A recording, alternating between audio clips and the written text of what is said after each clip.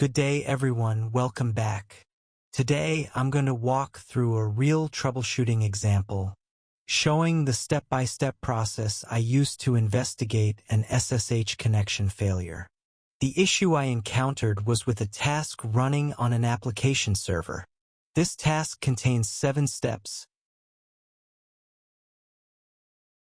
and each step connects to a database server through SSH to execute different SQL scripts. However, every time the task runs, it always fails at step 7. The first thing I checked was authentication. All 7 steps use the same SSH credentials and configuration, and the first 6 steps work without any issue, so we can safely rule out authentication problems. Next, I considered whether this could be a network issue. All steps use the same source server, the same destination server, and the same SSH port, which is port 22. Since the network path is identical for all steps, and only the last step fails, it is unlikely to be caused by basic network connectivity.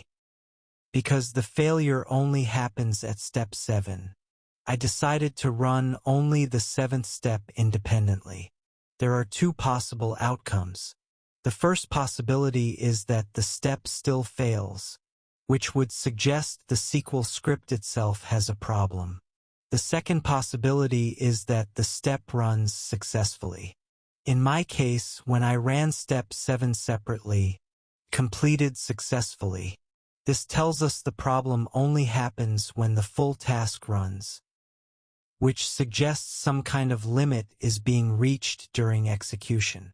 Next, I found that each step actually creates 3 SSH connections to the database server. Since the task has 7 steps, that means a total of 21 SSH connections are created. I then checked the message logs on the database server, and I could see that SSH connections from the application server were accepted successfully until the 20th connection, where I started seeing a connection reset error. At this point, there were 2 possible causes.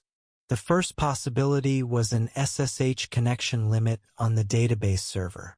I increased the SSH connection limit, but the problem still happened. So this was not the root cause. The second possibility was the firewall between the servers.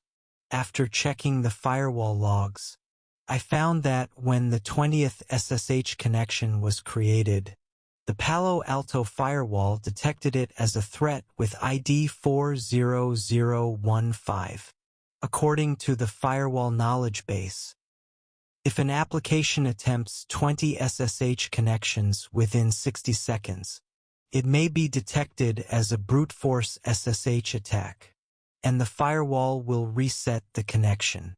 At this point, I was able to confirm the root cause of the problem.